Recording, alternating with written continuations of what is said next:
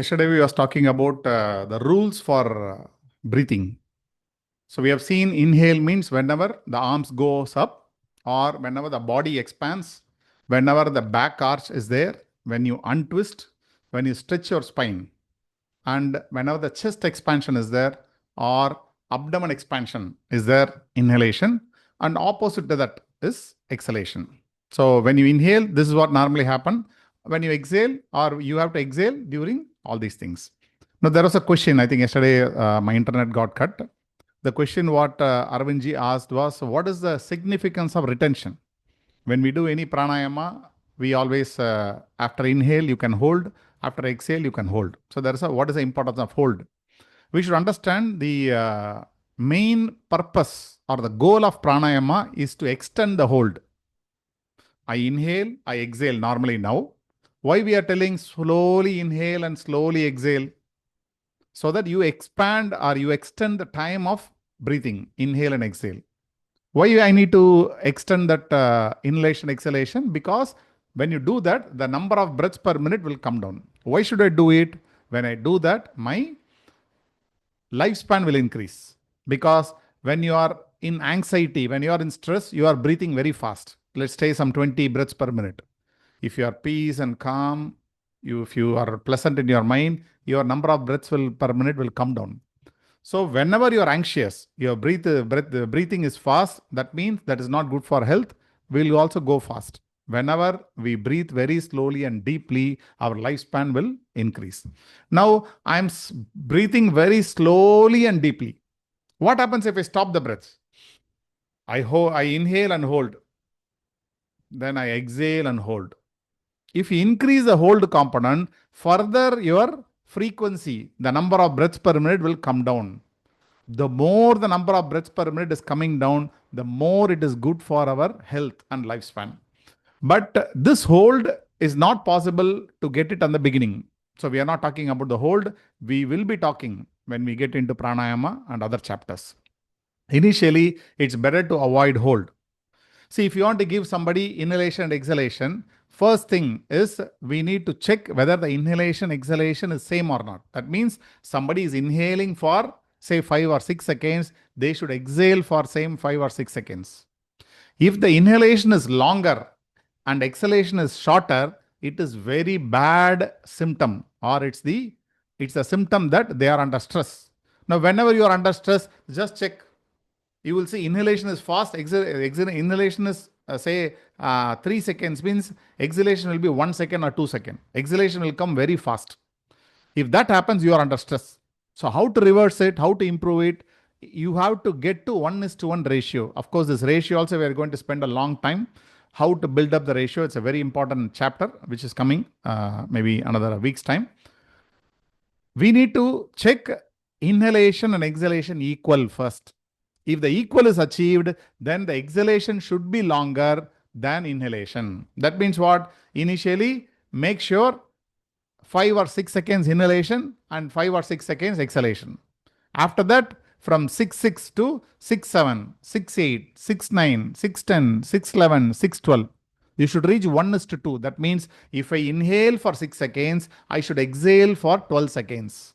After achieving this 1:2, then I should work on the hold part. Of course, to achieve that 1:2, we'll be working on the hold temporarily, but after 1:2 is achieved, then you try to hold more. So that we will be talking. What way hold is helping us is when you hold, then your number of breaths is coming down as we discussed. Second thing is when you hold, either inhale and hold or exhale and hold. While you are holding, you are creating some kind of tension in the mind where the dormant areas, that means the areas which are less activated, you are making it more getting into action. You are activating more those parts. See, the modern science agrees we use only 10% of the brain. People say 3 or 4%, at the most 10%. What about the 90%? Why we are unable to operate the 90% of the brain? Because it is not under normal access. If you want to access the 90% part of the brain, then pranayama is very, very useful. The moment you start holding more, then you will start activating the remaining 90% of the brain. If that comes into action, then the intuition will become very normal. If the intuition becomes part of your life, you don't need to study Yoga Sutra or this yoga, whatever foundation course or anything. When the intuition comes, you will get all the knowledge from the universe or all the knowledge from the creator himself. So this is the ultimate thing. We'll be discussing more how to get into hold and all later. But this table shows the general rules for breathing. So this has to be followed. If you deviate any one, then you are acting against the natural progression or what is the natural rhythm. If you change this inhalation to exhalation, reversely if you do, then that natural rhythm will completely go. So please make sure your students or you follow this inhalation and exhalation. Now tell me in Sarvangasana, should I go into inhalation or exhalation? As per this thing, what will you do? What breath component you will take? You are lying down and you are going to Sarvangasana. Should I go in Sarvangasana by inhaling or by exhaling? Which is the right way? Anyone? Inhaling, sir. Inhaling, slowly raising the legs up. And Okay. and they stand, if they hold their normal breath, and when coming down, slowly for exhaling that. Okay. Any other answer? Anybody?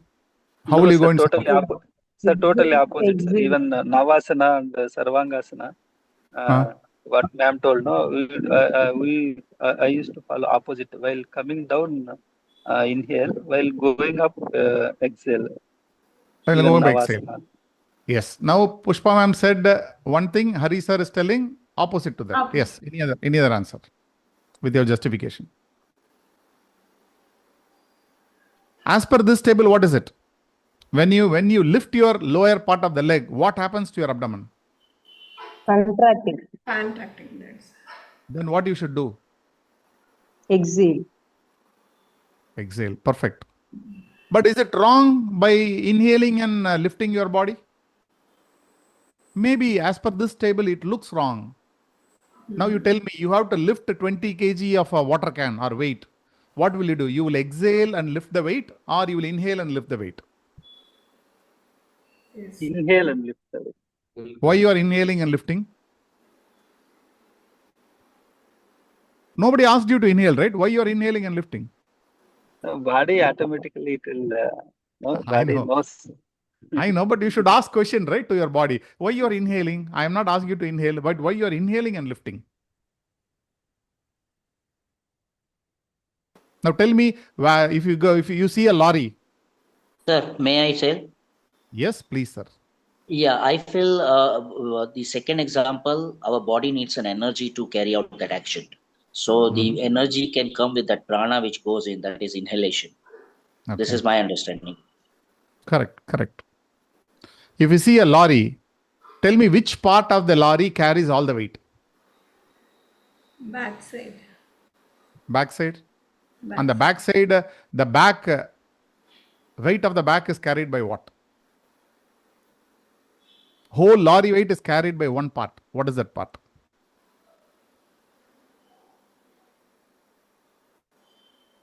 The tires, right? And so the tires, all the frame it carries, the frame also transferred to tires. In the tire, which part of the tire carries the weight? The air inside. All pressure is coming to the air only. Whatever air in the tire, that air is carrying all the weight. That is the reason if the air is gone, the tire got punctured, lorry cannot move. Any vehicle cannot move. You will find it very difficult. The whole weight is carried by air. This is just an example to show. Similarly, if I have air inside, if I inhale and lift, it will be easy to lift a weight. You cannot exhale and lift. You can do it, but it is not a normal rhythm. Natural rhythm is inhale and lift the weight. If you want to carry someone, you want to carry your kid, that time also you see, you inhale and carry the kid. When you inhale and do any work, you can lift more. So in Sarvangasana, you can raise your body both in inhalation and exhalation. Both are perfect because each from different school.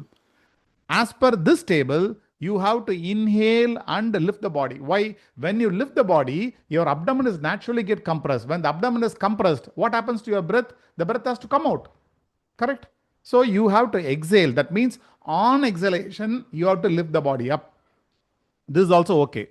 Some of you may feel it difficult after inhalation, how to lift the body. Then you can inhale. On inhalation, you can lift. That means you start inhaling, then start lifting the body. This is also okay. Few asanas, you can do either inhalation or exhalation. Both are right. Very few, not everyone. You would have learned Pavanamuktasana 1. Now, today, one exercise. Which asana in the Pavanamuktasana 1 among the 17, which asana which is opposite to this table? You please find and let me know tomorrow. Okay. There is one asana which will be opposite to this table. Please tell me and why. The reason also we will see tomorrow. Otherwise, this table has to be fall. Only like a few asanas. When you go for inversion, you can either go in inhale or exhale. Remember, that's perfectly fine. Not all, but many of the inversion asanas.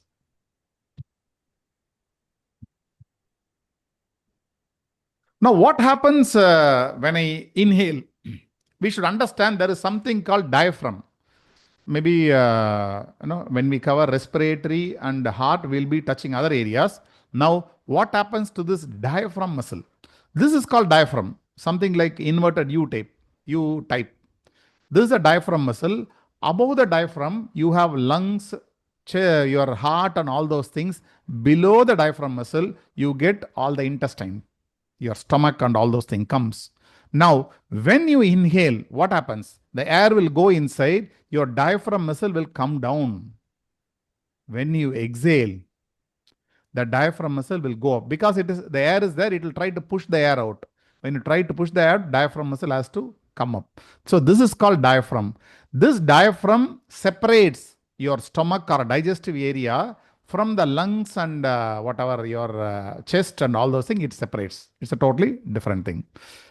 So this diaphragm muscle needs to be strengthened. Already it's a very strong muscle. The diaphragm is always acting. It is a very strong muscle. And this movement is very much required. When you do shallow breathing, what happens? This diaphragm muscle little come up and go, or it will not even come up and go. You just breathe from the very upper respiratory tract, like what we are doing now. When you run for another 2-3 minutes and stop, you see so much deeper breath you will take. That time you can feel this diaphragm muscle is going and coming, going and coming. This keep on coming. So this diaphragm has to come down and go up significantly. It has to do more action. Then only you can inhale and exhale. So, or reverse. If you do inhalation and exhalation deeply, your diaphragm muscle will work on a much longer distance. This one is diaphragm for improving the breath. Another is called intercostal muscles. What are these intercostal muscles? The muscles in between the ribs. Now, can you tell me, these are all ribs. What is the purpose of ribs from common point of view? I'm not good in biology and all. I'm just asking you from general common sense. What is the purpose of ribs? Protecting the heart and the Lungs and the internal organs within this case. Fantastic. Fantastic. The purpose of ribs is to protect the heart. Heart is very soft. Suppose the ribs are not there, when you fall down, that's all. You will naturally get heart attack, or heart itself will squeeze and it will stop its function. So this is the purpose of the ribs. But in between the ribs, you have this intercostal muscles. When you breathe more, first the air will fill the abdomen. After that, you can expand your chest. So this intercostal muscle, the muscle in between the ribs will expand. Your ribs also will expand. So whenever you started breathing, that not only your diaphragm and abdomen, your chest also expands. Many people think, when you breathe, air is going to the stomach because I inhale, my abdomen is coming out. No, when you inhale, abdomen is coming out, air is not going there. For a common person, I'm telling. Because this diaphragm is coming down, it is pushing down, whatever is there below the diaphragm muscle is coming out. So the abdomen seems to come out. When the abdomen come out and go in more, we call this as abdominal breathing. That doesn't mean like abdomen is breathing. No. You are breathing so deeply that abdomen is coming out.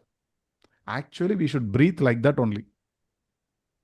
If you breathe when as abdomen is coming out, the abdominal breathing, your number of breaths will come down.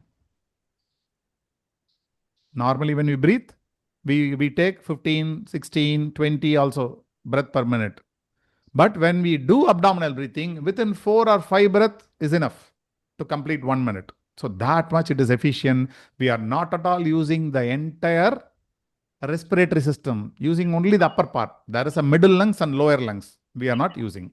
So this intercostal muscle expands, allow you to take more air. This diaphragm moves down and makes you to take more air. These two are very supporting thing for pranayama. Now let's see about mind, body and breath connection. So body is a physical expression. Breath is that which connects the body to the mind. And all of us know what is mind, what is body. Now breath is a connecting thing with the both body and mind. These three elements are inseparable in yoga practice. In yoga, you cannot leave breath and mind, do only with the body. See, in asana, in gym, if you do exercise, you can forget your breath, you can forget your mind. Mind can do whatever it wants, breath can do whatever it wants. You are focusing only on the body. When you focus only on one, you will get only that benefit. See, you have 3 kids. When you have 3 kids, you have to focus on all the 3, right? If you want to get them under control. If you focus only on one kid, the other 2 will not get the focus or attention. They will not follow your words. Whereas in yoga, all the 3 of our kids, we need to follow all the 3. Breath is the key that unlocks the profound connection between physical body and mind. Why we are talking about breath more means only by controlling breath, you can control the mind. You cannot control your mind through your mind. Remember, it is impossible. Because mind is what is telling, I will control. Control whom? Myself. How will you control yourself? You cannot control yourself. You can only exercise your control on the breath. In turn, breath will control the mind.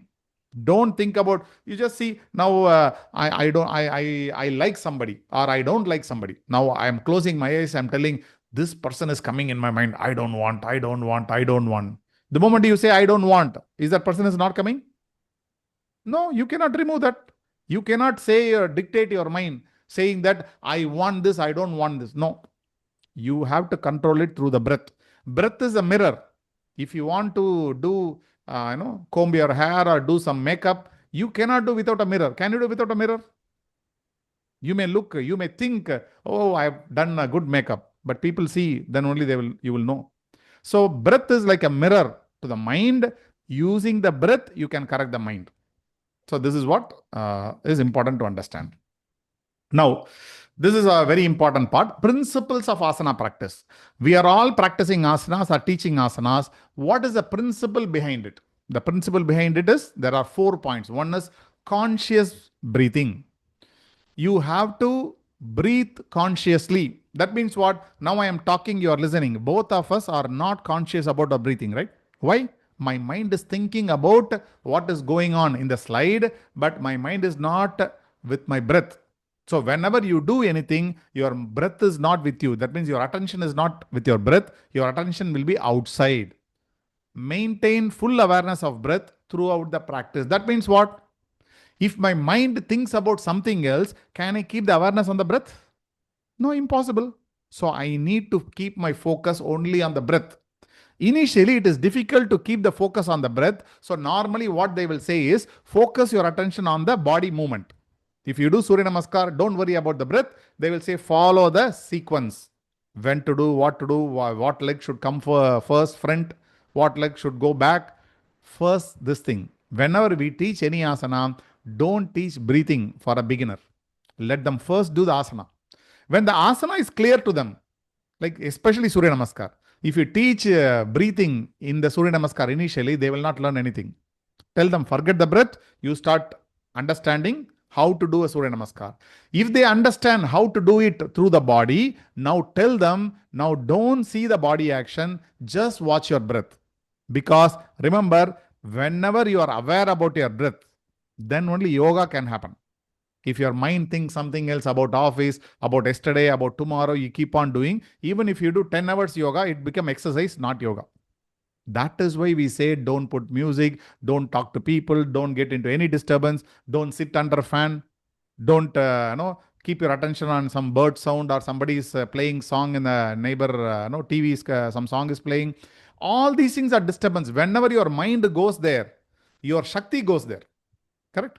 Wherever my mind goes, I'm channelizing, focusing my Shakti towards that. Only when your mind focus on your body and breath, your entire Shakti comes here. We call that Shakti as prana. You have to divert your prana into whatever you are doing. This is the reason we say you should concentrate or be aware about whatever you are doing. Even if you work in your office, what you need? You need concentration, right? You have to channelize your prana into what you are doing. Then only your work will become beautiful. Suppose you are doing work, something in the computer, you are listening to somebody, talking to somebody, listening to song. Your work will not carry that quality. So it is not only for spiritual thing, even for materialistic thing. Whatever you do in your life, don't get diluted. Your attention get diluted. You put your attention there. I'm talking to you. I'm talking to you with full attention. You're listening to me. You're listening with full attention. When we both are fully attentive, whatever happen will happen. And suppose in this thing you are seeing some WhatsApp. I am also seeing some WhatsApp. I'm talking to someone. Then I will start talking here. How it will be? It won't be good, right? So this is what conscious breathing means. Because in yoga, you are doing something through the body, your breath is going. If you don't watch here, if you don't exercise your consciousness here, then there is no use of yoga. It will be only exercise.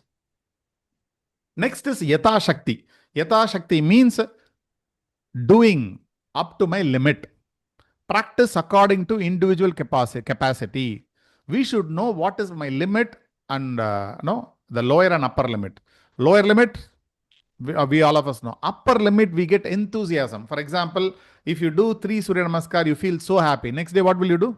You want to do 6. After that, 10.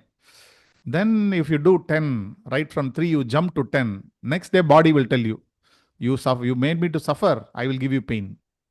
The moment you are shifting your practice from one level to other level, if you are experiencing pain, then you are not performing asanas with your Yata Shakti. That means your Shakti today is only 3, you can stretch to 4. You should not stretch from 3 to 10. According to my capacity, today this is my capacity. I can do 10, maybe after few months. Slowly I should increase the capacity. By curiosity, by enthusiasm, if you start exploring this without proper steps, we will suffer. Like when you want to eat, you went to buffet, you want to eat more. What happens? If you eat more, you will suffer. You cannot eat more or less in a short time. You need to practice for that. So whenever we practice or whenever we give practice to somebody, it depends on age also, right? Age, profession, all those things. Somebody is sitting the whole day. You cannot ask them to do some 12 round Surya Namaskar. But somebody is doing physical work, he can do because he is already using his body. So please take care of Yata Shakti. According to your capacity, please do that. Next is breath and movement. Synchronize the breath. Conscious breathing is you are conscious that you are breathing.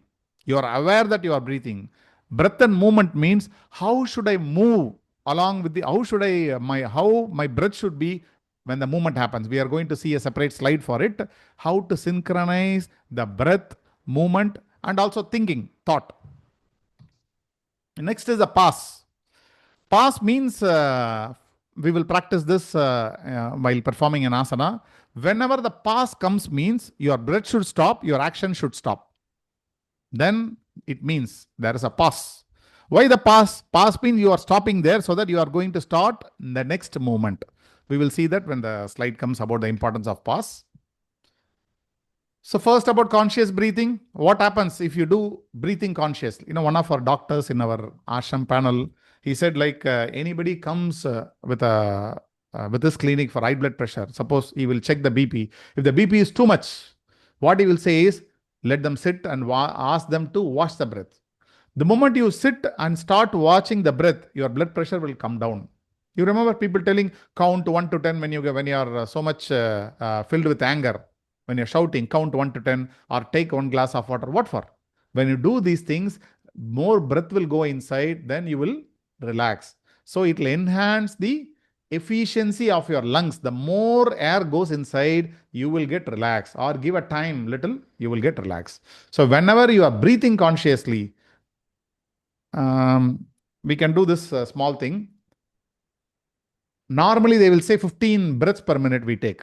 Whenever you are in normal position, just observe you're taking 15 breaths per minute or 14, 16, whatever it comes. Next time what happens, just watch your breath, 100% attention. Just watch. The moment you watch your breath and inhale and exhale, you will see your number of breaths will come down. Any of you check this? Don't do anything. Simple watching. Simple observe the breath. Yes, If sir, you I did. start, yes, sir. Yes, I did it. Super. I noticed. Fantastic. See, it is like a child. Some child is running here and there. You as a mother or father, just look at that little one. Immediately that fellow will start acting like very disciplined. Same thing to the breath also. Why the breath is coming down is, now your focus is on your breath. Your mind is focusing on the breath. Mind is not with many thoughts. Little thoughts are coming down because the breath you are watching. Whenever your attention is more, whenever your concentration is more, your mind becomes calm and breath will become slow. You start using your respiratory system to the best extent possible. So this is the enhanced efficiency. Increase Thiram and Sukham. See, whenever you increase, you breathe very deeply and slowly, smoothly, you will definitely get Thiram and Sukham. That means steadiness and comfort. You try to inhale slowly, exhale slowly. According to this inhalation, exhalation, if you start doing yoga, then you will see a different dimension. Next time when you start doing, you do it. Now tell me, how many of you sweat? Little drop of sweat comes when you do Surya Namaskar. How many of you get sweat? Nobody is sweating. No, nobody is doing Surya Namaskar. In winter, we don't get sweat. Apart from winter, One second. Hari sir, yeah, please. I'll sir, in winter, I don't get sweat. Apart from winter, all the seasons I used to sweat because Super, you do indoor. Correct. Shilpika ma'am? You said something? I sweat little bit. Okay, little bit. Okay. How many of you don't sweat? No sweating. Is sweating is required or not? In Surya Namaskar, do you need to sweat or not to sweat? Actually, not required, sir, but our bodies are like that. But we don't. Depending upon the constitution of the body, sir. Yes. Many factors are there. If you can do Surya Namaskar fast. If you do Surya Namaskar fast, that's for one particular benefit. You will start sweating more. When it sweats more, it cleanses all the pores. It is good. If you want a shiny skin, you do Surya Namaskar fast. I don't suggest this for the beauty of it. This is true. Therapeutic effect of Surya Namaskar is, if you do it fast, all the pores gets open. Your skin totally cleanses the skin. So you look so shiny if you do it fast. No spirituality will happen. Okay, you may be shiny, look beautiful, but spirituality will not be there. If you do fast, sweat comes. But if you want to get into spirituality, none of the asana you should sweat. That means what? I should not sweat means I should do it slowly. That means my heartbeat should not increase. That means my stiram and sukham should come. So that means I should breathe deeper and longer. Remember, whenever you are breathing deeper and longer, no sweat can happen. You cannot sweat. If you are breathing deeper and longer, still you are sweating a lot, means you have entered into a very high state. If you read Hatha Yoga Pradipika, it says, if you do pranayama, if you feel sweating or if you start sweating, don't rub the sweat using a towel. Just rub it through your palm. The sweat has to stay with you. Nowadays, what we do, when we sweat, we just use a towel and throw it out. No, that is what sweat contains, a lot of good things. Not now. After doing many years of practice, all the toxin will come out. After that also, when you're doing pranayama with a deep inhalation, deep exhalation, you have to sweat. If the sweat is coming, then you have entered into a higher spiritual dimension. See, when you're deeply doing breath, inhale and exhale, you cannot sweat. In that case, especially doing pranayama, no pranayama will feel sweating, right? Anybody feel sweat during pranayama? No, right? But remember, in that pranayama, With deeper inhale and exhale, if you start sweating, means you are entering into a higher spiritual dimension. Only there you have to sweat. None of the asana you should sweat, whether it is summer or winter. Initially, you start doing yoga practice, you will start sweating because you switch off the fan, you started doing your activity. Initially for a few minutes. After that, no sweat should come. If the sweat is coming means any asana, that means your heartbeat is increasing, you are breathing very fast, which is not asana. You can sweat a lot in exercise. No sweating should come in asana. Oh, I am not getting sweat. Why? I switch on my AC. I am doing practice in AC. No. I am doing practice in fan. No. Please try to give up this comfort to get something more sweeter state. So this is increasing stiram and sukham. Pranayama preparation. See, if you can't even watch your breath in the asana, can you sit for pranayama? Can you watch your breath in pranayama? Not possible. That is the reason we say you should not give any pranayama to a beginner. First, give them enough asanas. In the asana itself, they should try to watch the breath. In the asana itself, they should know how to use the Ujjayi pranayama. If these things have not attained, then don't give any pranayama technique to that person. This is what, as a teacher, we should do. So this conscious breathing will help us to prepare our lungs and the mind for the pranayama. Consciousness breathing in asana directly prepares you for the advanced pranayama practice. So this has to be done in asana. Better coordination. Body, breath, mind coordination becomes increasingly refined and harmonious. Many times we lock the door, go out little 10 steps, then we come and check. Have I locked the door? Why? While locking the door, my mind is not here. So the body, mind and breath coordination very rarely happens. That's why we get all the doubt. Whereas in yoga, in asana, you're keeping your body, mind and breath together. Thoughts will come. Don't worry about the thoughts. Ignore it, start focusing here. When you start focusing here, thoughts will naturally go. When your body, breath and mind coordinate and does one action, you will be doing at 100% efficiency of your efficiency. Your work will be the best work to your capacity. See, ultimately, see this one thing. In our life, what we can do is, we can only do our best. Can you do anything more? You cannot do anything more. You cannot be like somebody. Remember, somebody may work better than you. That is okay. But you can only do your best. Your best is, say, some X means only that X you can do. You cannot do X plus 1. You cannot be somebody. Somebody is X plus 2. You cannot do. In that work, you can do your best. If you want to do your best, your body, breath and mind has to be coordinated on only one thing, towards one. All the attention should be there in one thing. Greater stamina. If you start practicing asana like this, your physical and mental endurance will increase. Your physical and mental strength will increase. Our job is to gain these two only. I have a body, I have a mind. I need to have a best of my body. I need to have best of my mind. This is possible only by conscious breathing. This is the reason every asana needs to be integrated with breath. Only first 1 or 2 times or few days, you don't need to worry about the breath. Like when you practice Pavanamuktasana 1, our teacher would have told you, don't look on the breath on the first class. Second class, she said, focus on the breath. Because first class to remember the posture, the steps. Second class to integrate the breath. So this is the importance of conscious breathing. Yata Shakti. So we have Shakti means that capacity, 3 capacity. The body has its own capacity, the breath has its own capacity, the mind has its own capacity.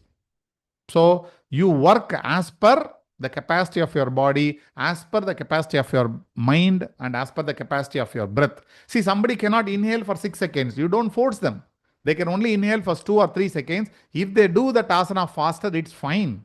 Today, they can inhale only for 2 seconds. They will move hand fast, the leg fast. That's okay. Slowly, you have to work upon them. So see what is their body, the physical strength. See their breath. Is it deeper or long? What is their breath? See their mind. Somebody has too much stress. They also cannot do slowly.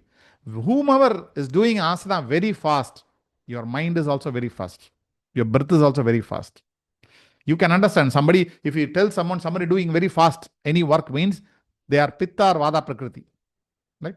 They are so active. The activeness can be there in when you do any work, external work. But when you come to yoga, you have to do it very slowly. So see these three capacity, accordingly, you decide.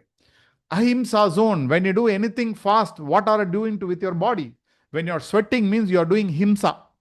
You're violent with your body. Then only you can sweat. When you're so happy, will you sweat? But if you're so tensed, you will start shivering, your heartbeat will beat fast, you will under tension, then you start sweating. So whenever you are sweating, you are doing himsa. You are following violence. Don't follow violence. Everyone has to breathe in the comfort zone. Low to maximum, you decide. When you follow in this zone, then it is ahimsa. If you try to do higher, then it is himsa, not ahimsa. So follow non-violence. Do it very slowly. Now, what is the connection between breath and movement? How should I do? Movement should be contained within the breath. That means what? My breath should start first, then the movement has to come. My breath, the movement has to end before the breath. I'll show you with a small picture. The breath starts, movement starts. Movement ends, breath ends.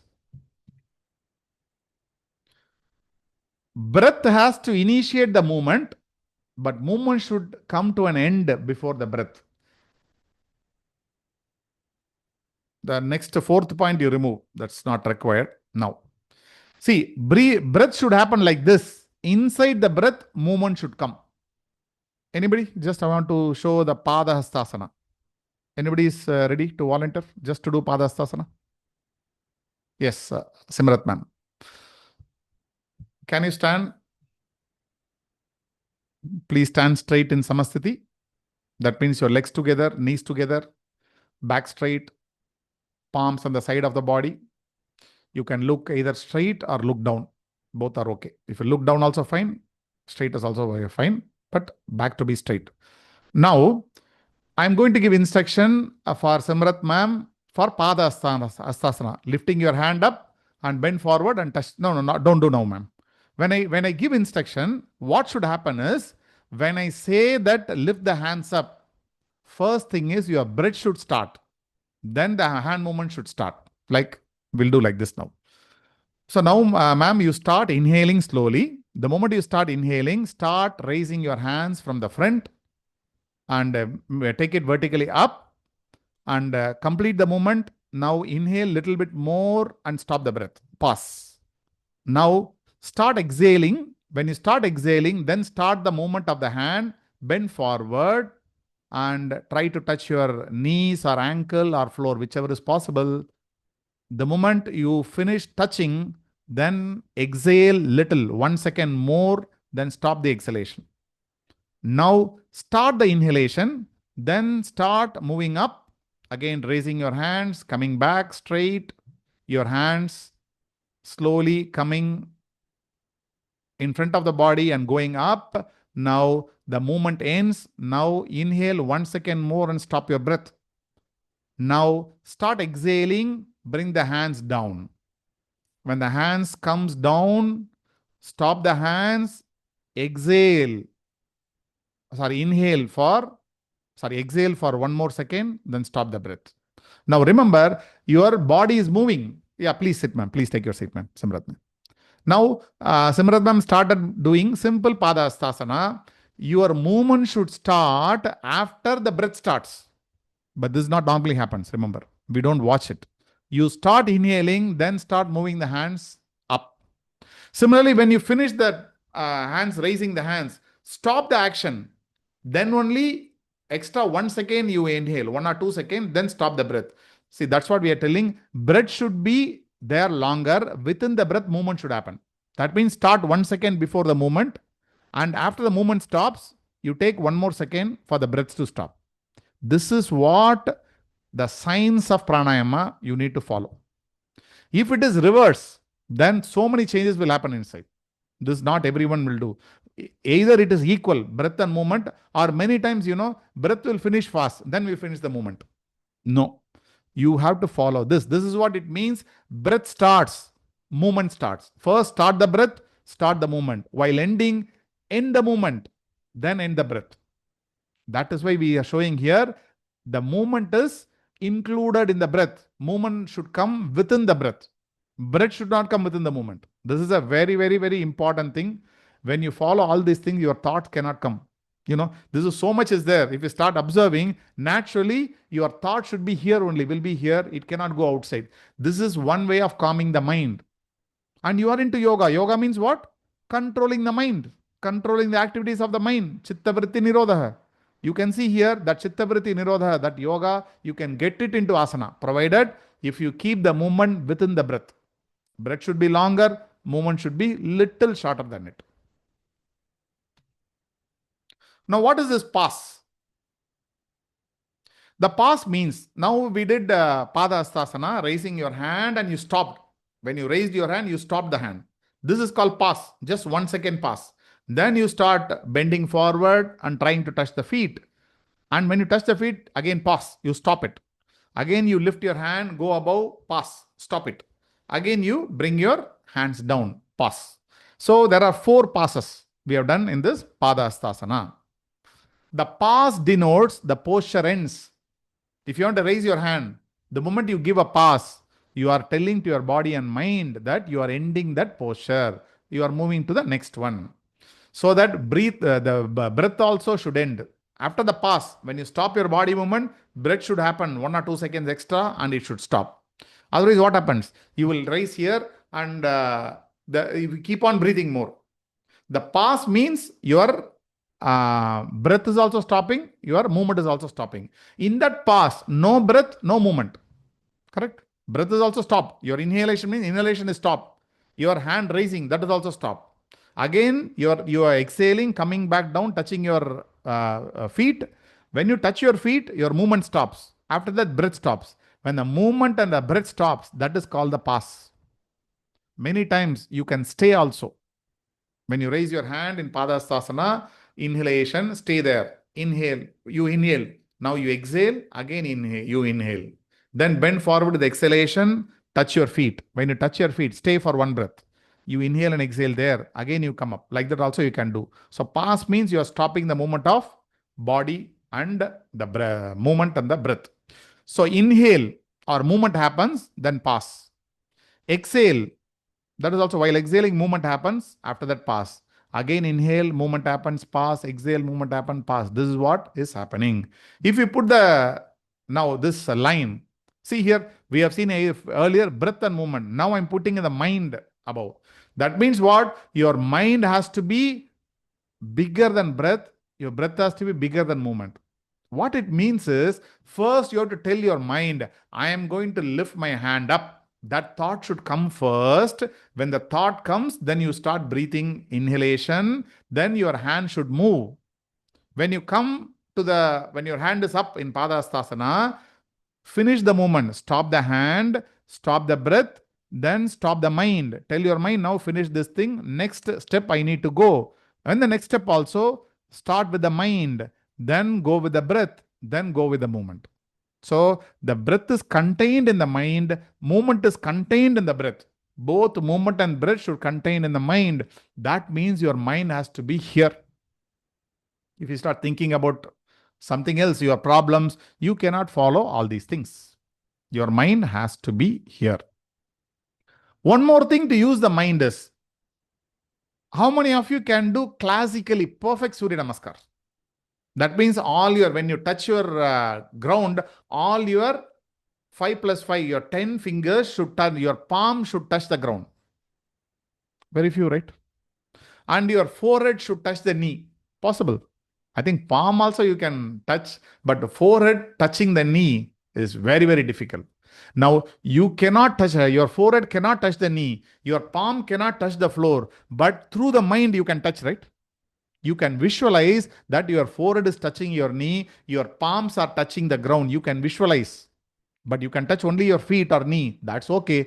Visualize you are touching the ground with both the palms touching the ground. Visualize that your forehead is touching the knee. When you start visualizing this and start doing, very soon you will get into that posture.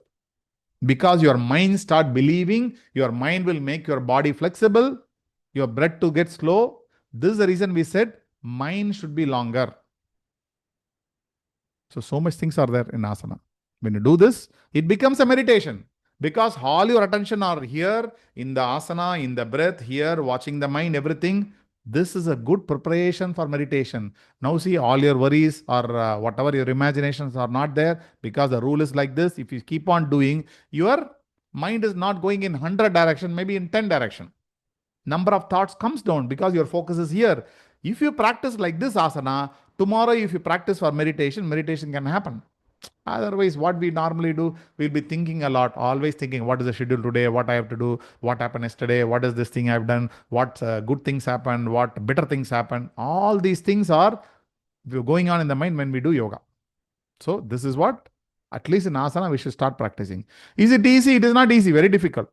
You are controlling the body, breath and mind. It is not easy, very difficult. But by practice, it will come. This is the importance of pause. Without pause, if you start doing, without stopping, then you don't know where your body ends, where your breath ends, where your mind ends. No. Remember, if you want to follow this, if you want to follow the pause, then your attention should come to the movement. That means you have to stop the body, then stop the breath, then stop the mind. Again, while starting the next posture, start the mind, start the breath, then start the movement. If every moment I need to do like this, where is the time for me to think other things? It looks like torture. Initially, it will be like a torture. But if you start enjoying, if you start performing for some time, this becomes a habit. Habit is not possible without forced, without forcing your mind, without forced action. You have to force yourself initially for a few days to some amount of time, then it becomes a habit. We don't want to get into habit anything. That's why we do a course plan. Course plan means you're changing the permutation combination, changing every day, different asana, so that you yourself will not get bored. One way for course planning is keep your attention here, give more awareness. Because if you do one specific course set of asanas every day, then you don't need to think, right? After this, that will come. After that, another will come. You know what will come. So your mind will wander somewhere. So importance of course planning is how to keep my attention here. Every day you change the course plan. So before getting into that, every asana, we should follow this mind, breath and movement. Mind should contain the breath. Breath should contain the movement. We should come within. Any questions so far?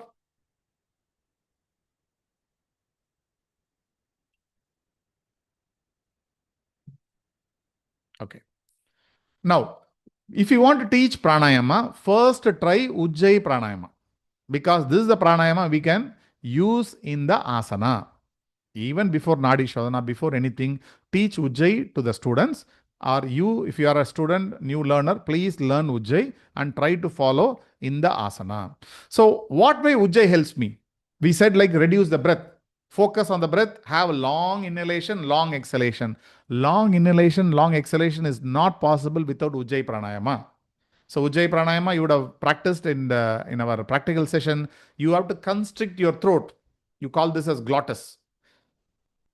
How to do it? Easy thing is you inhale and you have to exhale very slowly. How will you exhale very slowly? Somehow you are controlling. The moment you control, you see where the control is happening. It happens in the throat.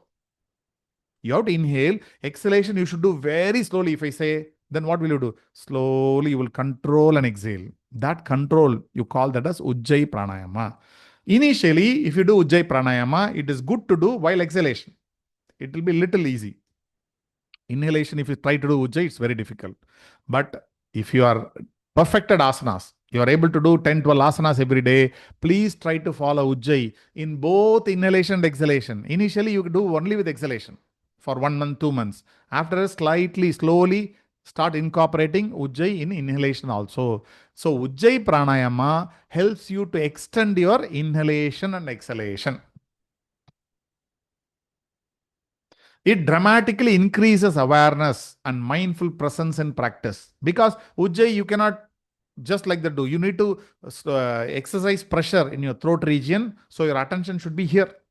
So many places attention, here attention, body attention, breath attention. You have so much work in asana. Doing so much work, where is the time to have my thoughts? When you really go inside, so much work is there. So The attention will be here. Superior quality. What is the property of pranayama? There are two important things. One is dirgha, other is sukshma. Whenever you do any pranayama, except Kapalapadi and Bhastrika, because those are very active pranayamas, except these two, all other pranayama should be dirgha and sukshma. Dirgha means what? Long. Sukshma means what? Subtle. What they will say is, when you're breathing, sitting for pranayama, if any of you is doing pranayama, ask somebody in your home to keep petal of a flower or little piece of paper under your nostril. If somebody keeps a petal of a flower near under the nostril, the petal should not move. If you're breathing fast, it will move. So that petal or piece of paper kept under the nostril, if it is not moving, then you are doing excellent pranayama. That means your pranayama is deeper. You are inhaling deeper and exhaling deeper and doing it very slowly. When you do that, people come and check. It seems like whether he's living or not, she's living or not. The doubt should come. No movement is happening. So no air seems to be coming out. Very slowly you are doing. When you do Ujjayi, your objective is to reach there. Naturally, the quality of pranayama, dirgha and sukshma, started coming in your practice. It's a natural check valve. Ujjayi pranayama regulates you. If I ask you, inhale for 6 seconds, slowly then raise your hands, you may struggle. But you try to practice Ujjayi, you will easily do it for 6 seconds. Enhances focus. Since you have to throttle the throat, your focus will be here. You know why we do japa, including using mala? You need to rotate the bead. We are going to see the practice in meditation. When we learn, when you rotate the bead, your attention is here. You need to move. After every chanting, you need to move the bead in the Rudraksha or Tulasi mala. When you do that, you cannot sleep. You cannot think about 100 things. Still some few things here and there will come. Your focus will be here. Similarly, here, you are controlling the air coming out from your throat. So for that means your focus has to be here. Remember, all these things are helping us to reduce our mental activities. Too much thinking going on. If you follow all these things, all the thinking will go, your mind attention will be here. So Ujjayi pranayama helps a lot in attaining all these things. Now let's discuss about rest and counterpose. Rest can be seated or lying, but lying is preferred. See, for example, you are doing Paschimottanasana, which is a seated posture. In seated position, you do many asanas. If you do in the seated posture, then you can sit and relax also. Just conscious breathing. Sit, close your eyes, and just watch your breath. That's also okay as a rest, but the best is lying. Because in the lying, you rest your body much better way rather than seated. So both are considered rest, but lying is preferred. Rest should be taken after asana and before pranayama. Compulsory rest should come after ending all the asanas before getting into pranayama. This is compulsory because rest is also a counterpose. What is counterpose? We'll see here. Just remember the word rest is also a counterpose. We'll see why when you get the counterpose. Rest to be taken during transition from one plane to another plane. What are the planes you have? Standing plane, lying plane, seated plane. There are only 3 planes. When you finish your standing asanas and going to do the lying down asanas, then before getting into the next plane, you have to rest in Shavasana at least for a minute. 1 to 2 minutes should be okay. It should be taken before and after the inversion. You have to lie down in Shavasana before inversion and after inversion. So before doing Sarvangasana, what should I do? Lie down in Shavasana. After that, you start doing inversion, Sarvangasana. When you finish Sarvangasana, immediately again relax in Shavasana for 1 minute. After that, do Bhujangasana as counterpose. Many of you do Matsyasana as a counterpose. We will see why Matsyasana you should not do. Bhujangasana is much better when we get into course planning. Many counterposes are there, but there are best counterposes. If you do that, then your entire practice will become, the rhythm will be followed. It will be very natural. It will end up in a smooth way. Generally, and recommended rest is that which can be taken when the body wants to relax. So can I do some 10 or 5 standing asanas? After that, can I take rest? Not necessarily. Many people may feel to take rest after 2 posture. No problem. If you feel like taking rest, take rest. If your body demands it, take rest. Whenever the body wants to relax, take rest. Especially after Surya Namaskar, compulsorily you need to lie down in Shavasana for at least 2-3 minutes. After Surya Namaskar, you try to perform pranayama, that's the worst thing you can do. You are damaging your system. Surya Namaskar is an active practice. You have to relax, get your body and breath to normal position, then get to other thing. Either other asanas or any other thing. So these are all rule. Rule means you need to follow. You don't have any option. If you follow this will be very good. Rest needs to be taken when the breath is irregular. This is one more thing. If you feel you are asking for more breath, especially in Surya Namaskar, if you do 2 rounds or 3 rounds, you will say, I need to. You will be breathing fast. In that case, you need to take rest. 1 minute of rest is sufficient. So basically, how to remember? Whenever your body needs, take rest. Simple rule is, whenever a body needs, take rest. What are this called? Counter poses. Counter poses means prati kriya asana. This is only a Sanskrit word. You don't need to remember it. If you want, you can remember. Counter poses, what are their purpose? It neutralizes the negative effects. See, remember, whenever you do asana, you are doing 90% good to the body, but 10% you are not doing good. Suppose I do 4 forward bending postures. Is it good or bad? Good to the body, but doing 4 continuously, only the forward bending is not good. So little negative comes. That negative, how to remove? That is by use of counter poses. That means every 2 forwarding, we'll do 1 backward bending. Again, there is a rule. We are going to follow and go through all the rules in the course planning because it is a separate subject on its own. This is to just understand the purpose of counter pose is to balance your body, avoid the negative effects of doing asanas. Usually the counter poses are symmetrical poses. We are going to read all these things. Symmetrical, asymmetrical, twist, parshva, parivriti. We are going to see now after a few slides. That means what? Symmetrical means what? Can I do Janu Sirasasana as a counter pose? It is asymmetrical because first you have to do with the right leg, then you have to do with the left leg. Paschimottanasana, I can do as a counter pose. I can take it because that is symmetrical. Asymmetrical means one side of the body you do first, then follow the next side of the body. Symmetrical means the entire body moves and there is no left and right first. You move like Paschimottanasana. You keep both the legs and use both the hands to touch the feet. This is symmetrical.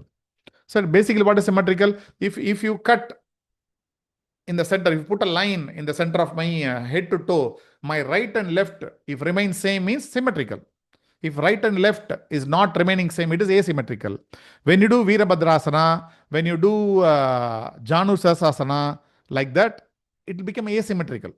Right? When I do Padahastasana, symmetrical or asymmetrical? Padahastasana. Symmetrical. Symmetrical, right? There is no asymmetrical. It is symmetrical only. So if you do like that, it is symmetrical. Surya Namaskar is asymmetrical, the entire sequence, right?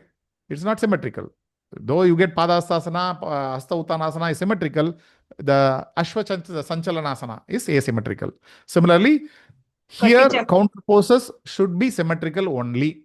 You should never use any posture asymmetrical as a counter pose. People, there is one more theory also. If I do Virabhadrasana, I don't know, many of you would have practiced Virabhadrasana A. Right leg I will do, then I will do left leg. People say like you don't need a counter pose because right you doing, left acts as a counter pose. Is it true or false? For asymmetrical posture, do you need a counter pose? Yes or no? We need. We need a counter pose apart from this. We need. Or that itself act as a counter pose. Can you repeat the question again? I just missed that. If you do any asymmetrical posture, Like Virabhadrasana or Janu Shirasasana, you will do it right leg first, then you will do with the left leg. Left leg. By doing left after the right, will it act as a counter pose, or do I need to do an extra counter pose for it? No need to extra, sir. No need extra. Good answer. Because of left and right, we are doing that left and right. So all of you accept? Okay. Superb answer, ma'am. Yes. All of you accept, right? All of you are wrong. What is mean by Janu Shirasasana? Tell me. A Janu Shirasasana means doing right and doing left. Doing both once is called Janu Shirasasana. Doing one side is not Janu Shirasasana. This is part of an asana. This is not counter pose. You are doing that is asana. Tell me, what is Surya Namaskar? If you do 12, it is not Surya Namaskar. 24 steps is Surya Namaskar. Can I say 12 I did with the right leg and other I to do with the left leg? Then 2 Surya Namaskar I did. No.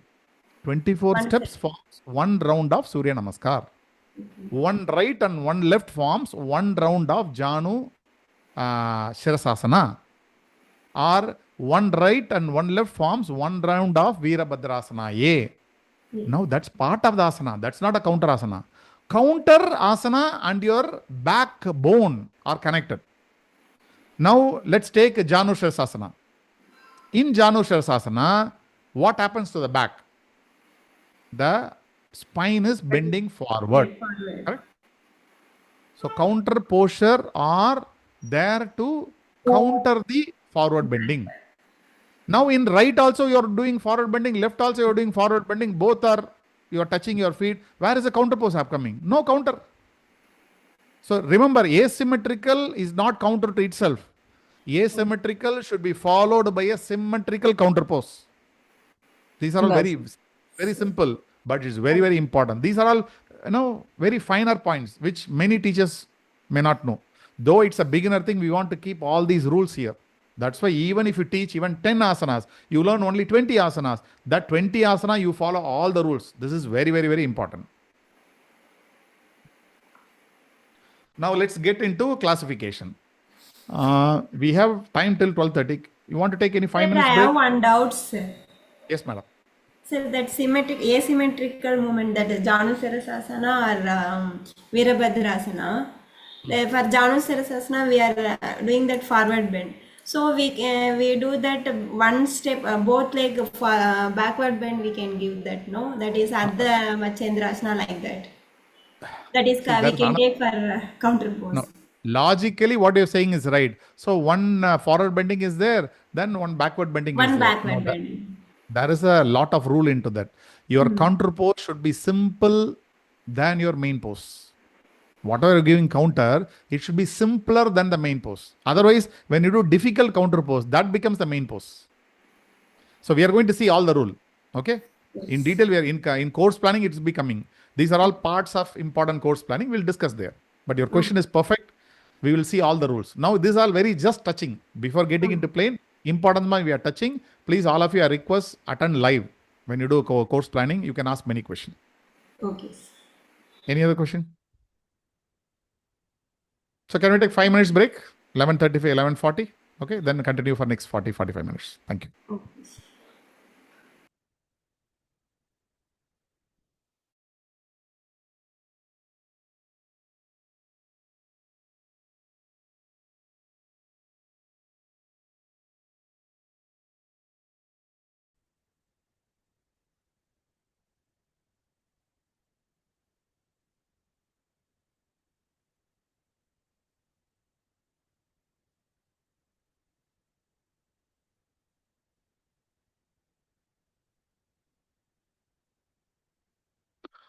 So we'll see about the classification.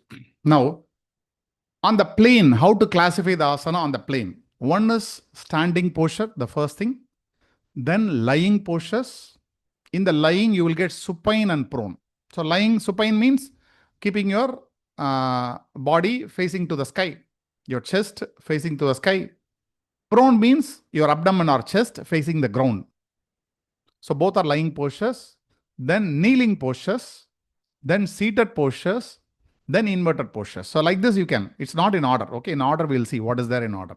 These are the classification as per the plane.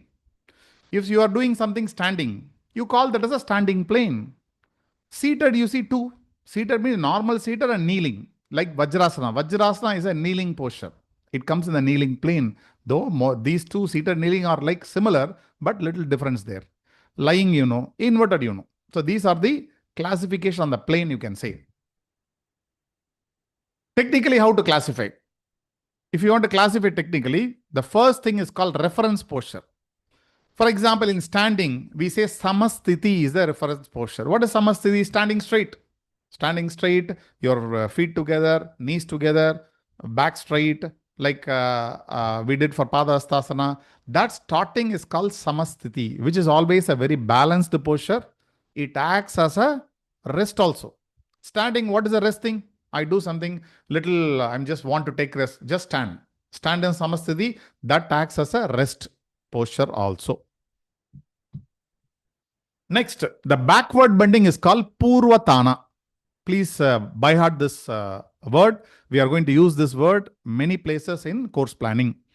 You can use backward also, but Purvatana, having come to yoga, at least few words of Sanskrit we should know. Purvatana means backward bending. Paschimatana means forward bending. It is not Paschimottanasana. It is not asana we are talking. The function Paschimatana means forward bending. Parshva is lateral bending. Triyakatadasana. How many of you know Triyakatadasana? Anybody know Triyakatadasana? Can you do it? No, ma'am. Prakashika, ma'am. Can you do it? Triyakatadasana. Remember, one round. Can you do Triyakatadasana? Yeah, I'll just put the mat up. Just give me a moment. I'm switching No off the need mat, video. ma'am. Just show it. That's it. Okay. Okay. So we'll one second. do this. I'll come one second, ma'am.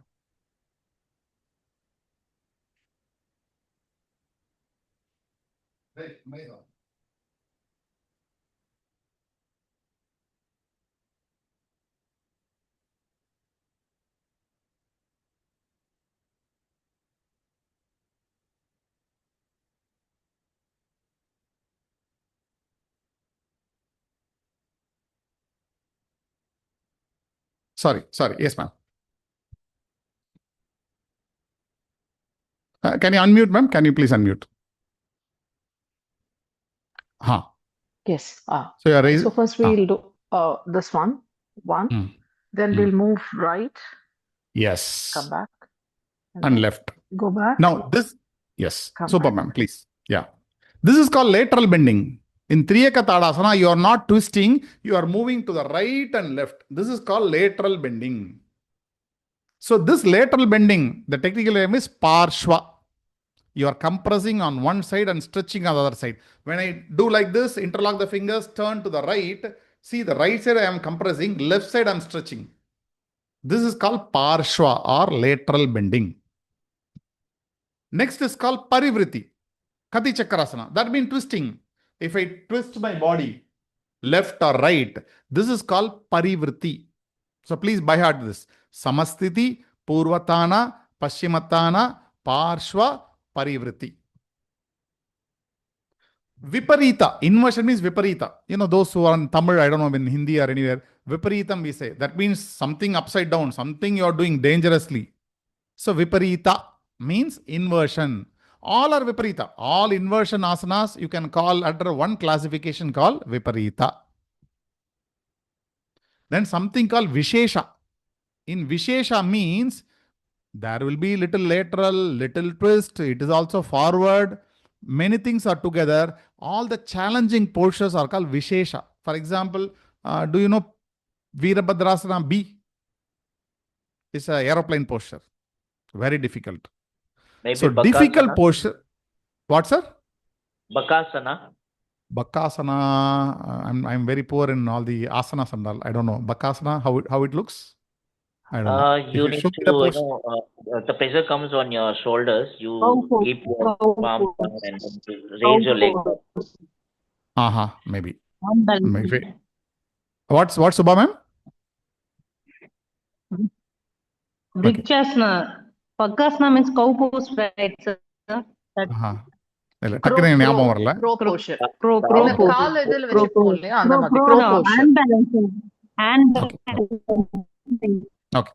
When we get that when we were while doing course planning, any asana which we are not covered, even if you know, you tell, we will see the classification. Of course, classification in detail is not required. That itself takes a longer time, but we can classify whether it is Purvatana, Pashimatana, Parshva, Parivriti, Viparita, Vishesha. We'll see.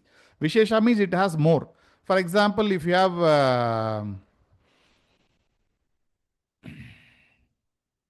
what is it? Like Mayura Asana also requires little more challenging.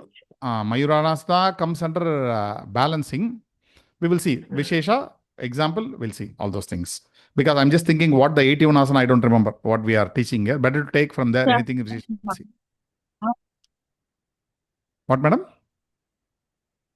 Okay. One leg raising Vrikshasana. Okay, anyway, we'll see that when we get into that. Vrikshasana. Then, Vrikshasana. Tree No, pose, Vrikshasana is tree pose is a balancing one.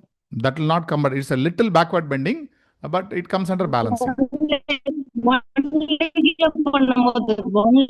பண்ணும்போது உங்க audio clear அல்ல? Fine. Next is called mudra. So mudra, no need to worry. We are not going to teach this, but it is there. Then bandhas. Bandhas also we are not teaching. Since it's the foundation course, lot of things are there to learn in asana pranayama. No mudra, no bandha. Unless until we get expertise in asana pranayama, we will not touch it. So bandhas, you don't need to worry. Let's not look into that itself. So what are things important? Samasthiti, Purvatana, Pashimatana, Parshva, Parivriti, Viparita, Vishesha. Vishesh also you can leave just for knowledge, but all other thing we have to know 100% because we'll be using this in our course planning. What are the sequence I should follow? Sequence means always follow standing postures first. We are going to say why. Why standing postures? That is also we are going to see. But first standing posture. If you have a kneeling, you can get kneeling. That's optional. That's wherever optional means you can insert kneeling here or you can avoid it. After standing, you have to do only lying. Nothing harm if you do seated. Okay. But what is the best thing? Best is lying. Why lying? We are going to see. First is standing, then lying. In that lying, supine first. Okay. After supine, lying supine, go for inversion postures. After going to inversion postures, if you finish and come out, please do lying and prone postures. After lying prone, you can go kneeling. If it is there kneeling, you can do. And finally, you can do for seated postures. This is a sequence. You need to by heart this. Please by heart to follow this. Now you may ask question, why all these things are in line to this? Now see this. First, I am doing the standing posture. What, madam? Dhanamani, ma'am? Sir, kneeling means? Like Vajrasana, ma'am. Vajrasana மாதிரி நீங்க காலை மடிச்சு வஜ்ராசனா மாதிரி உட்கார்ந்து பண்ற ஆசனங்கள் இருக்கு. Like உஷ்டாசனா பண்ணுவீங்க. Ushtrasana is a kneeling posture. Vajrasana is a kneeling posture. Anything seated, you are sitting on your knees is a kneeling posture. Okay, sir. Thank you, sir. Thank you, ma'am. See, there is a standing posture. Now, what is the counter for standing? Lying only, right? If you're too much tired standing, what you will do? You want to sit, but if you have a chance to lie, you will say, I will lie. So natural counter plane for standing plane is lying supine is the counter plane. So whenever you do standing, after that follow the lying supine. When you are lying in supine, when you are facing, your body is facing the sky, you can lift your leg also, right? You can go to inversion. You lift your leg, you can go to inversion. Here inversion they are shown in Shirsasana. Shirsasana is a kneeling posture. You have to start from kneeling. So you assume this is Sarvangasana. So after supine, you can lift and go to Sarvangasana. So after lying supine, you go to inverted postures. After inverting postures, which is the counter plane? Counter posture is different. Counter plane is prone. Lying prone, you will do Bhujangasana. Matsyasana will come in counter pose. Why we are always preferring Bhujangasana than Matsyasana, will come back. So you do Shirsasana. After Shirsasana, do every prone posture that acts as a counter plane. After that, if you want, you can, after prone, you have to come to seated posture. If you have any kneeling, you insert kneeling here or before lying. But after the prone posture, you have to come to seated posture. You see, by this plane, one acts as a counter. The flow is very uniform. If you do like this, the stress will not be there. The students will be feeling as a very smooth flow happens from one plane to another. So first is standing, then lying supine, then inversion, then prone, lying prone, then seated. In seated, if you do, what is the next thing you will do? You will end the asana. With this, all the asanas ends, right? After seated, what will you do? When you are seated, if you start doing everything, then you can get into pranayama. Pranayama is also seated posture. You can continue with that. You can give a seated conscious breathing as a rest, or you can lie down in shavasana, then come to pranayama. But somehow before pranayama, you have to take rest for 1 or 2 minutes. Whatever asana you do, either seated rest or lying down rest, and then get into pranayama. So this acts as a very smooth thing. Nothing big happens if we change. But being a yoga teacher, we should justify like what we do, and we should always follow the best. This is the best sequence, which logically supported. So what is supine prone? This may be new thing for beginners. Supine means lying like this is supine. Prone means lying like this. All of us, since many of you are already teachers, so you'll be knowing. Now, why I need to do standing posture? Can't I do lying posture first? Can't I do the seated posture first? Why standing posture is maximum degrees of freedom you will have in standing posture. Tell me, in seated or lying, can you move all around? In standing, you can move all around. So you get maximum degrees of freedom. Why I want to get maximum degrees of freedom? That will help me as a preparatory practice also, warm up also. You see the last point. Create ideal condition for warm up muscles and joints. So if you don't need to follow separate warm up. If you start with standing posture, that itself act as a warm up. If you require, you do some warm up. Like we discussed, right? What are the warm up posture? TTK, Surya Namaskar, PM1. What is the fourth one? Fourth one is any standing posture. This is what we discuss. 4 kind of warm-up postures can be there. Warm-up sequence. If you give standing as initially, that itself acts as a warm-up. Engage more body parts than sitting or lying. In standing, you are engaging more body parts. While seated or lying, you cannot engage so much body parts. You can move many body parts. Feel natural and familiar. We spend most of our time standing. Standing, you are very normal, right? Anybody can stand and do. If you lie down and do seated, no, they may not, they may do, but other points will not match. So it's a familiar, very natural thing to do something standing. What are the key features? It is natural and positive movement patterns. That means what? Standing already we are doing, walking and doing many things in standing. So it acts as a natural thing. Maximum range of movement available. You can give many range of movement, which we have seen already acting as a warm-up also. Involves numerous muscle groups. Many muscle groups are involved. Whole body involved. If you do Surya Namaskar, the whole body is involved there. Lower risk of injury compared to other plane. I don't accept this. No, risk of injury is more in standing, but we'll leave that. Okay. I think some editing I need to remove. I have not removed it.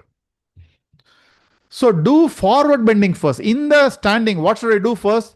Do forward bending first, then backward arches. Why I need to do forward bending first? That's a natural. That comes easily to me. All of us are doing forward bending. Backward bending, how many of us are doing? It's not a natural thing. We don't do. So first do forward bending, because there are many people who start doing backward bending first. I know there is a tradition which do first Shirsasana. Do you know this? Or you have learned it? First asana is Shirsasana. But there is no justification for it. You should not do Shirsasana. You should do first. We are going to see in course planning why Shirsasana should not be done first. All those things we'll be discussing. So do forward bend first, then backward arches. Forward bending is safer and easier, because when you do forward bending, you are going towards gravity compared to backward bend. Backward bend means you are going against gravity, which is not natural for us. So do natural thing first. If you get used to it, then start doing backward bending. So kneeling after standing is optional. Pranayama is normally the end of the goal, means end of the asana. Don't do pranayama in the starting. This also I have heard that they will start with Kapalabhati. So this is not, nowhere it is justified. Even if you go by Hatayava Pratipika, it clearly talks about various pranayama. They say Nadi Shodhana is the first pranayama. See, people keep on, they may be great people, great institution. I'm not bothered about what kind of tag they are wearing. If there is no justification, because, we especially we India, we always talk truth. We have a film where the Nakiran, a great saintly poet, when Shiva comes in front of him, he will say, even though you are Shiva, you are God, what you are doing is wrong. We are all that kind of people. We should be. Whichever is wrong, whomever does it. If it is wrong, wrong. If it is right, please justify me. You please convince me. So I am not convinced for these years why they do Kabalpadi first. There is no reason for it. If they do Kabalpadi as Shatkarma, that is different. Okay, because Shatkarma has to first. But any other pranayama coming first is not allowed. So pranayama should come only after asana. There was a tradition that just I want to put across. There was a tradition when we went for some yoga thing. They started off with pranayama only. They said first we have to do pranayama and then asana. I was very much surprised, and as you said, we do not want to comment anything, so I just kept it quiet. I said no, I don't have that practice of doing because I follow Bihar School of Yoga. I said no, I do not want to do that way. In the morning on the yoga day, they started off with pranayama practice directly. So that's not recommended, right? I mean, according to the Not tradition. at all. Not at all recommended, ma'am. Nowhere it is mentioned, ma'am. Yoga Sutra clearly says after asana you have to do pranayama. Hatayava Pratipika clearly says after asana you have to do pranayama. Some people, they think they are God themselves and they'll keep on doing differently. No comments, right? So because it is their Exactly, thing. no comments. So that's where I kept quiet. But That's they it. were insisting, no, that's what it has to be done. It's Anyway, today it's when you just said about this mind, I understood the mind, breath, and this one. We clearly probably have it's a just logic that in doing this. probably Thank you, they sir. just want to show themselves as different from others. Yes, exactly. That's the kind of people have that kind of, what do you say, ego or they want to create an identity, which we don't need. Already it is there. The best Identity. things are there. So then lying supine also act as a rest for the standing. That's why we discuss. When you, after standing, if you practice lying supine, that itself act as a rest or counter for the standing one. Also, lying is good preparation for Viparita. See, for any inversion asana, except Shirsasana. See, Shirsasana you will start doing in a different plane. Except Shirsasana, whether it is Halasana, Sarvangasana, Viparita Karani, whatever you do, you will be lying and lifting your body. So, when you finish all lying posture, from there, supine, you can lift and get into the inversion postures. So lying is a good preparation of Viparita. Example, Dvipadapidam and Urdhva Prashtapadasana. Remember Dvipadapidam or Kandarasana? Your, I don't know, shoulder stand or English name. Just you raise your hip, lie down, bend your knee and lifting your hip up. So this and Urdhva Prashtapadasana. That means lying down, lift your lower part of the body, the leg up. These are all like good preparation. If you start lying, because these are lying down asanas. On the lying, you will do all these asana. This asana is a preparation for Sarvangasana. So this is a justification. Why after standing, you have to do lying supine. So generally in asanas, flexibility is the goal, first goal, and strength is the second goal only. Don't look for strength. Whenever you start doing anything, you will first get the flexibility. Then only strength will come. Don't target strength. Target flexibility. Flexibility, people don't have big strength, but are flexible. They are more healthier. People have only strength, no flexibility. That's what in asana it happens, right? You get a lot of strength, but no flexibility. It's of no use. If you don't have flexibility, you cannot do many asanas. So body should become flexible. Which is missing in gym. They only concentrate on strength, not flexibility. Yes. So our aim, if you are yoga teachers, flexibility is the first goal. Strength is the second goal. Now, one more rule is coming. Backward bending and twist.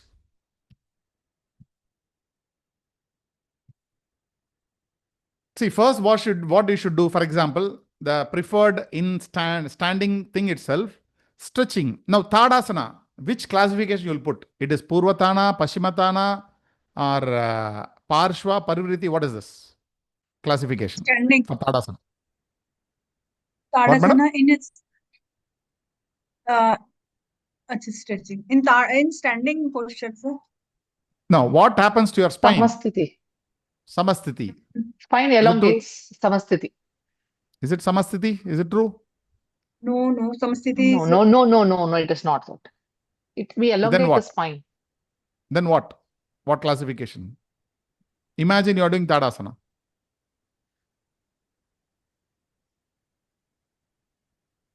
arms up in Your spine is straight or forward bending or backward bending? straight, sir. Straight. That's why somebody said Samasthiti. If it is straight, Samasthiti. It is bending slightly back. Try and see. When you raise your toes, you will bend slightly back. If you raise, you will not know. You stand on your toes, then you will know where the spine is bending. If you stand on your toes and start doing, you will see you will be bending back, slight bend on the back. But you call that those things as stretching poses. That's why Tadasana is considered as a preparatory pose. Tadasana, those slight bend is there on the back. It is not considered as a backward bend, but classically it's a backward bend. But it is there. See, Tadasana, Virabhadrasana, Uttanasana or Parsha Uttanasana, all those things are considered as a preparatory postures. You don't need to note down. We'll be coming there. In the course plan, we'll tell you what are all preparatory postures, what are all milestones, what are all goal postures we are going to discuss. So all those kind of preparatory postures has to be done first. That's what you call stretching. After that, do forward bending. After that, you can follow backward bending. After backward bending only, you have to go for twist. But the problem here is, twist after backward bending is not so natural. It will strain you, hence should not be done together. Like I am doing Virabhadrasana. This is Virabhadrasana A. After Virabhadrasana, can I do Trikonasana? No. After Virabhadrasana, get into Padasthasana or Uttanasana. Both are same. Then you do Trikonasana. Any backward bending, after the backward bending, don't do any twist. So here, no back arches after twist or vice versa. Or after the twist, don't do back arch. This is very, very important rule. When you have a backward bending, do a forward bending, then go for twist. Otherwise, these two are not natural posture. It is not, our body is not used to do these two. So don't do these two together. Introduce one posture in between. One forward bending, if you put here Padasthasana, after that you do Trikonasana, perfectly fine. But never together. This is a very, very, very important point again. Backward के बाद twist नहीं आना, बस ये है। twist after backward not wide twist दिखाना, मतलब forward के बाद तुम ट्विस्ट कर सकते हो, लेकिन back. Next thing we'll understand about dynamic and static. What is dynamic? Dynamic means you don't stay in the posture. You go to the posture, come back. So any posture, normally we don't stay. Staying is the goal. But if you don't stay, that is called dynamic. Why we do dynamically? For example, somebody want to do Sarvangasana first time. What we'll say? Go to Sarvangasana, again come back. We'll not ask them to stay. Because the first time somebody is doing dynamically is easy. See, any asana, even Tadasana, you go, raise your toes, join your hands, raise it above, then you come back. It's easy, going and coming. But going and staying is very difficult. So dynamic means initially you should practice all the asana dynamically. It is so simpler. Then after that, you can start practicing how to stay there. The dynamic asanas helps to warm up the body, acts as a warm-up posture. See, all the warm-up posture should be dynamic. If you take any warm-up posture, please do dynamic. Don't stay there. You are little doing warm-up to the body. It gives flexibility. Remember, if you stay there, it will give you strength. If you do an asana dynamically, it gives you flexibility. If you stay there, it gives you strength. Our strength is second priority. First priority is flexibility. The movement, breath and body coordination, prana flow is better. That means you can observe. All counter poses are dynamic. You cannot give a counter posture as a static or stay posture. Okay, I did this thing. Like for example, I did Sarvangasana. Now counter posture Sarvangasana, Bhujangasana. Stay in Bhujangasana for 10 seconds or 10 breaths. No. On the counter poses, you should never give stay. It should be a dynamic one. It prepares and assesses. When you do a counter pose or when you do dynamic, it prepares you for a stay posture. Why you are doing dynamic? It prepares you. It makes you to assess your body. Am I ready to stay? If you go to the Sarvangasana, you know, where can I stay there? If you can't stay, come back. Next day also you go, don't stay, come back. Third day, you go, stay for 1 second, come back. Fourth day, you go, stay for 2 seconds, come back. So you can stay only after getting mastery over doing it dynamically. Vinyasa can be done only in dynamic. It makes the sequence more interesting. Forget about this point. We'll be discussing in detail. There is a word, new word. We'll discuss in detail. On the contrary, what is static? Static means or stay posture. That means you stay in the posture for n number of breaths. Any posture you can do with static. You can do Tadasana and stay for 5 breaths. That's very good. That's the goal. When you stay in Tadasana, you will get strength to the muscles and the bones. When you don't stay, you will get the flexibility. So strength or static should be done. Only dynamic and flexibility is achieved. Without flexibility, don't try to improve your strength, which will not be possible. Only if your body becomes flexible, you can strengthen it. They are intense posture. Static posture, intense posture, because staying in that posture is not easy. Can you try Tadasana to stay there for 6 breaths? Very difficult, not easy. Because you have to stand in toes for slowly 6 breaths. That means every inhalation is 6 seconds, exhalation is 6 seconds, 12 seconds, 12 multiplied by 6, 72 seconds. You need to stand on your toes. Possible? Difficult. It increases strength and stability. Third point. If you stay, it increases strength and stability. It increases the focus and awareness. Remember, when you stay, your mind focuses on there only. Because it's not easy, difficult. Your mind is there. Your awareness also there. So this will help you to increase your focus and awareness. It acts as preparation for pranayama and dhyana. Because if you want to do pranayama and if you want to do dhyana, what is that you require? The focus and awareness. This is the reason we ask you to stay in every posture. The goal of asana is to stay in the final posture. If you are not staying in the final posture, then you cannot do pranayama and you cannot get into dhyana. If somebody cannot stay in any posture, either simple or difficult posture, then trying pranayama is useless. Counter poses to be done after relaxing the intense posture. Any intense posture, static you are doing, then you have to do a counter pose after only relaxation. Like we have seen in the Sarvangasana. After Sarvangasana, you have to get into Shavasana. Then only you have to do Bhujangasana. So if you are doing intense postures and you are staying for some time, please get into Shavasana, then do the counter pose. Now, we have seen the word something called Vinyasa. Vinyasa means steps or sequence. Vinyasa krama means that is what? Forming a sequence in a scientific way is called Vinyasa krama. So krama means step. Vinyasa, nyasa means placement. V means special. That means special placement. Step by step following special placement is called Vinyasa. See, Vinyasa, we are teaching many things from Krishnamacharya tradition. Why I need Vinyasa means there is a proper method how to do every posture. Can I simply get into the posture? You ask me to get into Dhanurasana. Just lie down, tap, coming to Dhanurasana. No. You have to lie down properly. This is a step 1, there is a step 2, there is a step 3, there is a step 4. Then you reach the Dhanurasana. This is called Vinyasa Krama. Why I need Vinyasa Krama means, what happens if you drive your vehicle on this road? Very nice road, right? If you drive very smoothly, it happens. This is what is the benefit or objective of Vinyasa Krama. If you follow Vinyasa Krama, your traveling will be like this. If you don't follow, then it's like you are traveling in a village road. You'll have many ups and downs. If you don't follow anything, then it becomes like a very, very rough road where you will go, you will get caught, you will not come back.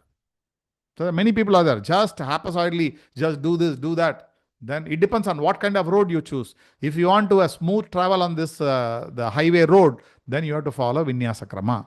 So Vinyasa Krama is course planning or sequencing. That's why we have kept this as a separate thing to understand study. Taking the right step that leads us in the right direction, in the right way. Right step in the right direction, in the right way. That's what you call as Vinyasa Krama. So Vinyasa Krama is yoga practice which has a gradual and intelligent course plan for everyone's practice. If whether you are having your individual practice, you are going to give practice for your students, you have to follow this Vinyasa Krama. It differs from person to person and from today to tomorrow. See, what you do, I cannot do. What I do, you cannot do. So you cannot say 100% we both, and no 2% will do the same thing. And for an individual also, if you are good today, your mind is so happy, you will follow one sequence. Tomorrow, suppose you are in a negative mood or something, mind is not good, you cannot follow that. So for individually also, it varies from day to day, time to time. Vinyasa Krama not only applies to asana, it also applies to pranayama and all other yogic practices. Every practice you can incorporate Vinyasa Krama. It is also very much applicable to our daily activities. Even daily activity, you do it as a sequence, right?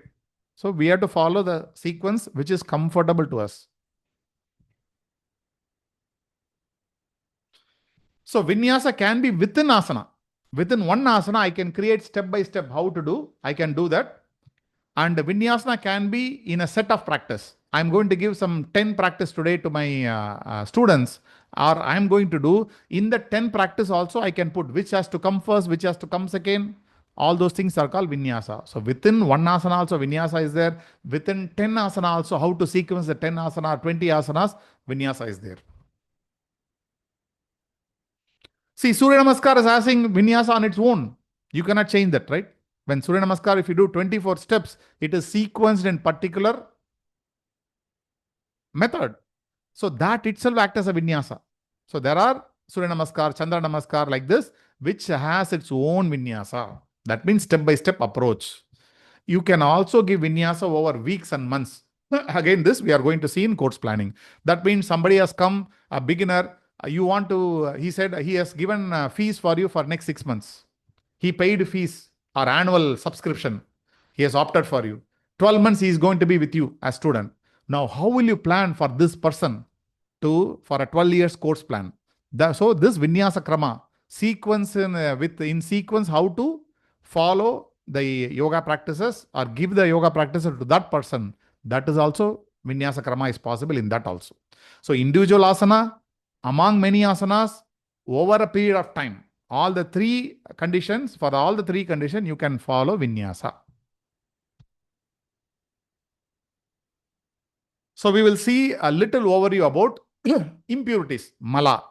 And there is something called jalam, or you will see the nectar of life. This is very much important for our asana and to the pranayama. What are these malas? Malam. In Tamil, we say malam, or maybe in other your regional language also, the mala will be more or less same. It's a common word. So malas means impurities, which are accumulated in the body and in the mind. Whatever in the body, we normally say the mala is accumulated in the abdominal area. Okay, where the large intestine is there, we normally point out there, we're saying all the impurities are accumulated there. When you get malas in the body, it prevents the free flow of prana. The prana or energy cannot move. And there is something is called nectar of life. It drips from the forehead or from the brain. The nectar start dripping down. When it drips, you have Jatara Agni. There is a fire in your belly, which gives the temperature to the body. How the food is getting digested? Because there is a fire in my abdomen. So this fire is there in the abdomen and this nectar is dripping from the head. When it goes directly, it falls on the fire burns it.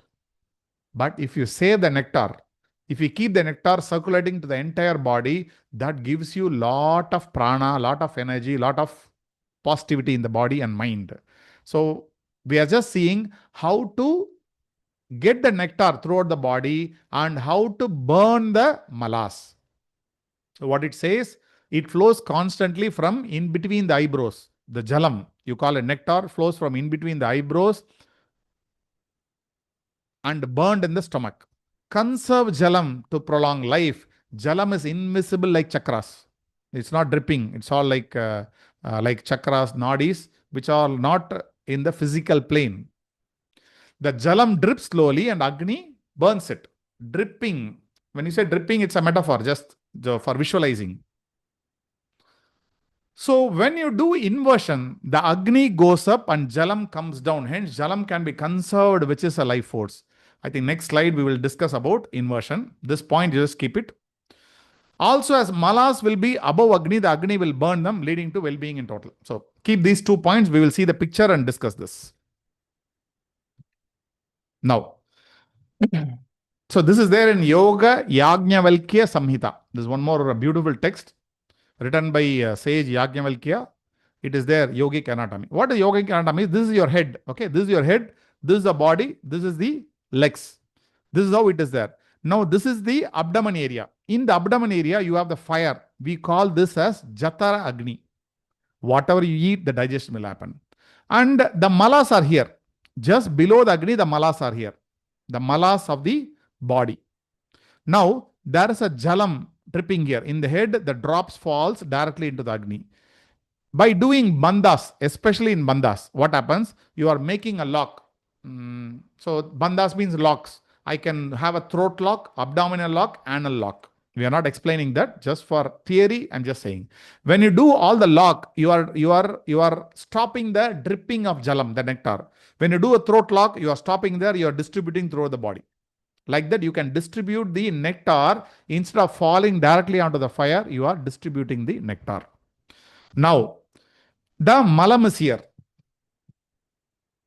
Here, okay. Below the flame, there is a malan, dirt is there. Now tell me, when you inhale, what will happen to the flame? Suppose, imagine there is a flame. Somebody has lighted a lamp. The flame is there. When you inhale, what happens? You start pushing the air towards the flame. The flame will try to blow down, right? You're disturbing the flame. It will try to heat the below. If you blow it, it will go down. So if you have a deep inhalation, this mala will this flame will little come down and burn the malas. That's why we need to inhale deeply. When you exhale fully, what happens? Can you try to exhale? Now have a deep inhalation. Inhale, just inhale. Go deeply. You see, you are moving the diaphragm down, and that means you are making the flame down, go down a little bit. You see the movement happening towards down. Now you exhale. Exhale, exhale, exhale, exhale, exhale, exhale. If you try to exhale fully, you see you are pressing your abdomen. So you are moving the malam little up towards your flame. When you have a deep exhalation, deep inhalation, the flame moves towards malam. When you do deep exhalation, the malam moves close to the flame. Either way, if you have a deep inhalation, deep exhalation, your malas are burned. That means your impurities are burned. This is the reason we need to have a long inhalation and long exhalation. Apart from using your lungs, benefit to the lungs, burning of malas are very, very important. What way this is connected to Kundalini, we will see in pranayama. After a few days, we are going to see this. But as of now, remember, the deep inhalation and exhalation helps us to burn the impurity. Now tell me, what happens if you do inversion? See, this is what happens in inversion. My head is down. My leg is up. But the flame will be in this direction only, right? The flame will be always up. Now you see, when I stand upside down, I don't need to do anything. The flame itself burned the malas. The malas were in the triangle here. Maybe I'll put a point tomorrow. So now you see, without doing anything, simple inversion, the flame is always up due to gravity. It burns the malas. This is the reason inversion asanas are the best. If you want to get any benefit, good benefit to the body and mind, this inversion asanas will burn the malas. That's why it is called Sarva Anga Asana. Sarva Anga Asana, why it's given name? Sarva Anga. Sarva means all. Anga means parts. Sarva Anga Asana equips the body, or it gives a benefit to the all parts of the body. Sarva Anga Asana. Any inversion posture is much, much better. It burns the mala. So all of our goal is to burn the impurities, both in the body and mind. This is just to see what is there in the body, what is there in the mind to burn. This is there in Yoga Yajnavalkya Samhita. Is it too much today? We'll stop here or another 5-10 minutes? Okay. I think let's stop. I don't want to ask. But we'll digest slowly. Just go through the points what we discussed today. The recordings will be uploading now. Take important notes. We'll doing some transcription. It takes more time. So whenever it's ready, we'll give it to you. Otherwise, you can take screenshot. Okay, just do note it down. Few things only, not so much important thing, right? Few things, important things you note down and follow in your practice. Any questions? I have a question, sir. Prakash. Yes, ma'am. Yes, ma'am. So, I mean, this could be a very preliminary question, probably. I do not know. See, why we do the right side first and left side first? Why Not do we have to necessarily. do that? Not necessarily. You can do left and right also. See, there are few reasons people say. One thing is, if you are a right-handed person, always you try to do right first, right? Then you have to do left side. Start from left side. Because this is to break the samskara. This is to break the samskara. No, I'm not getting it. I'm not understanding it. If you are a right-handed person, you will always try to use the right hand, right leg first, right? Correct. Yes. Then you start doing left side first. Okay. To break that breaking the samskara. This is not my justification. This is all a justification told by great people. People who follow left first, they will say, you are a right-hand practitioner, always right will use. Unconsciously, we start doing right. See, because yoga means getting into conscious, getting into be awareness. When you have to be aware, you should not be mechanical. So break the mechanical line, turn to left. Most other people say is, right is always better. In the sense, you will find very easy in doing right first. Yes, right Simrat, is always right. Right is always right. Right is always right. Because it's easy. For me, what we say, simple to complex, easy to difficult. That's what we say we have to do. So what is easy? For me, right is easy, right will do. So nothing wrong. If you follow left, always follow left. You follow right, always follow right. No big difference. Okay. Thank you, sir. But I think Surya Namaskar, we always keep right. So there is no change. That is an asana. There is no change in that particular Surya Namaskar. Other asana, they may say left or right, follow that. Because there are good tradition starts from left, good tradition starts in left. Both are great masters. So we cannot comment. Both may be right also. So has it something to do with our brain structure? I mean, the right and left brain to activate that. Is that something related there? It is definitely connected. Definitely connected. That's why we say we want to break habit, change that. But definitely when you do right, left brain is connected. When you do left, right brain is connected. Anyway, that is going to happen. See, anyway, if that is connected, starting it may not happen. Suppose I am doing left instead of right. After that, I will be doing right also, right? Anyway, both the brains are connected. Both will get activated. Yes. Any questions further? Sir, one doubt. If we follow right for a practice, we continue with right only. We can change, sir, now. You can change, but why you want to change? You are convinced about right, do with right. Okay. See, when you do right and left changing, now what will you teach? Okay. Follow any tradition. That's why I said both are great gurus. Those who follow left, we can find great gurus. Right also great gurus. Follow anything, that's fine. That's why it's not a big thing. You start with left or right. But except Surya Namaskar, where we do other thing, if you have a tradition, that tradition, whatever says you do. Okay. But I find most of things doing right, so we prefer right here. I think in some namaskaras also we follow with the right. Some namaskara asanas, like let's say we are doing Hanuman namaskara or any other namaskara, we generally start with the right. Start with right. So right is, majority will be on right, so do it with right. That's it. Any more questions? The evening class. I didn't hear. Yes, Lekha ma'am. Yes, I didn't hear the beginning of the conversation. I got a bit distracted. But sometimes they say, when you are doing a supine asana, you have to start with the right, and when you are doing a pranasana, you have to start with the left side. There is some science in it, right? I have not heard because it. of this. Maybe if we get somebody, Yeah, get the because justification also. We'll all because of learn the together. ascending and descending colon. That Because of is the there. structure of the ascending and descending colon. I don't know I'll if tell it you. is related to what we were discussing, but I It is just related. It is wanted related. to See, mention. there is a practice called, if you have a APMB book, there is a practice called Lagu Shanka Prakshalana, which is a Shatkarma practice. Anybody can do. It's a very safe practice, but don't see the book and do. You have to learn.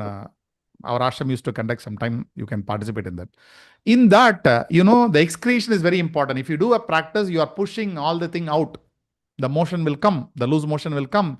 To encourage that, to get into that, you have to do a little opposite. Like Ma'am said, sometimes we'll change the sequence. But that changing sequence is only for that Lagu Shanka Prakshalana. Otherwise, the sequence is normal.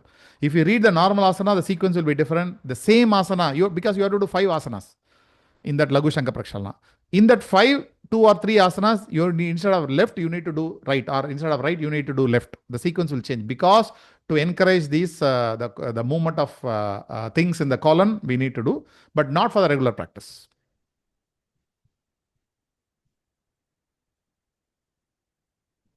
Yes, any more questions?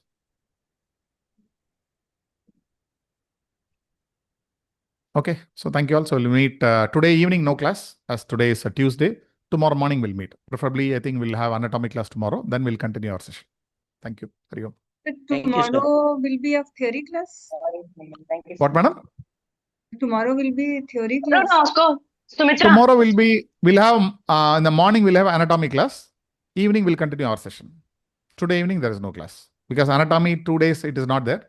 So tomorrow hopefully we'll be having 1 or 2 hours. 2 hours we should have anatomy. Can the theory class be replaced in the morning?